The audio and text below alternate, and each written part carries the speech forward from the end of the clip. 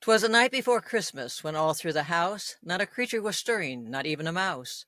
The stockings were hung by the chimney with care, in hopes that St. Nicholas soon would be there. The children were nestled all snug in their beds, while visions of sugar plums danced in their heads, and Mamma in her kerchief and I in my cap had just settled down for a long winter's nap.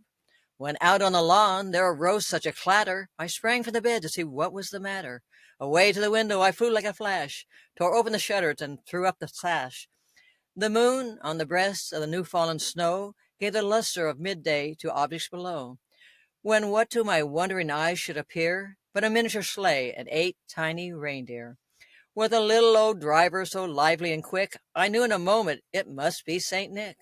More rapid than eagles his coursers they came, and he whistled and shouted and called them by name. Now Dasher, now Dancer, now Prancer and Vixen, on Comet, on Cupid, on Donder and Blitzen, to the top of the porch, to the top of the wall. Now dash away, dash away all. As dry leaves that before the wild hurricane fly, when they meet with an obstacle, mount to the sky. So up to the housetop the coursers they flew, with the sleigh full of toys, and St. Nicholas too. And then, in a twinkling, I heard on the roof the prancing and pawing of each little hoof. As I drew in my head and was turning around, down the chimney St. Nicholas came with a bound. He was dressed all in fur from his head to his foot, and his clothes were all tarnished with ashes and soot. A bundle of toys he had and flung on his back, and he looked like a peddler just opening his pack.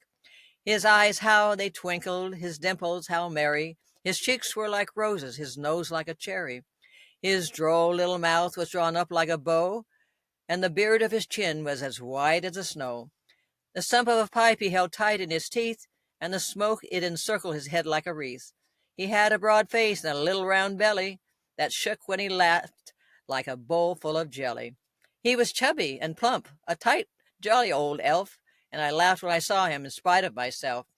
A wink of his eye and a twist of his head soon gave me to know I had nothing to dread. He spoke not a word, but went straight to his work, and filled all the stockings, then turned with a jerk, and laying his finger aside of his nose, and giving a nod, up the chimney he rose. He sprang to his sleigh, to his tame gave a whistle, and away they all flew like the down of a thistle. But I heard him explain, as ere he drew out of sight, Merry Christmas to all, and to all a good night. And so I goofed on the thistle or the exclaimed or whatever, Yeah, but I